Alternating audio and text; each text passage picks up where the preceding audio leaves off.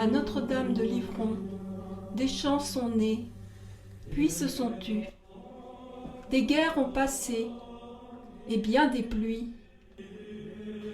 Les hommes se sont envolés, sont descendus au plus creux de l'atome, ont rejoint l'origine des temps, sans en trouver la source, et piétinent la terre en conquérant. Beaucoup s'y sont perdus. Ils ont oublié de regarder, d'écouter, de vivre, tant ils croyaient à la toute-puissance de leur humanité. Beaucoup s'y sont trouvés, bouleversés par l'impuissance de leur humanité à écouter, à regarder, à vivre. C'est en ces jours-là qu'elle est venue. Ses mains tremblent un peu. Elle est assise au cœur de l'église froide qui s'est nichée au bout du val, sur les pas des anges. C'est en hiver. Les platanes sont nus devant la grotte, la croix peinte s'écaille au bas du chemin. Le vent tourne encagé de rochers, en dérangeant les feuilles. L'eau cachée sous l'église fait les dalles glacées.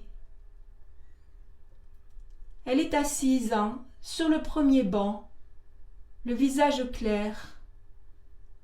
Sur ses genoux, une Bible. Dieu a choisi de faire en elle la demeure de sa parole.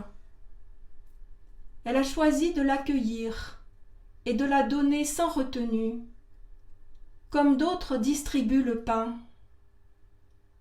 C'est un autre pain.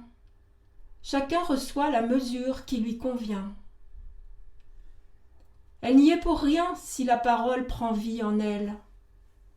Elle s'en passerait bien quelquefois, quand l'âge pèse, quand la fatigue raidit ses membres. Mais le don de Dieu ne lui appartient pas.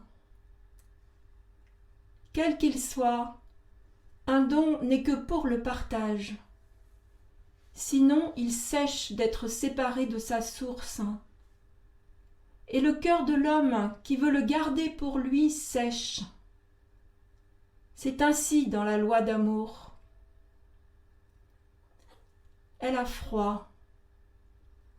Elle ne s'en rend pas vraiment compte, habitée qu'elle est des mots de Dieu. La prière lui lisse le visage, apaise le frémissement de ses doigts.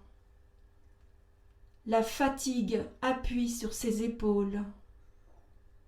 Dieu parle.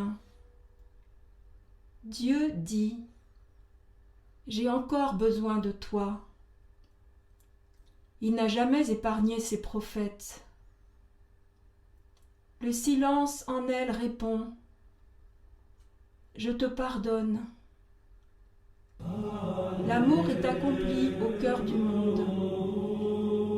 La Bible est ouverte. Une main claire tourne les pages.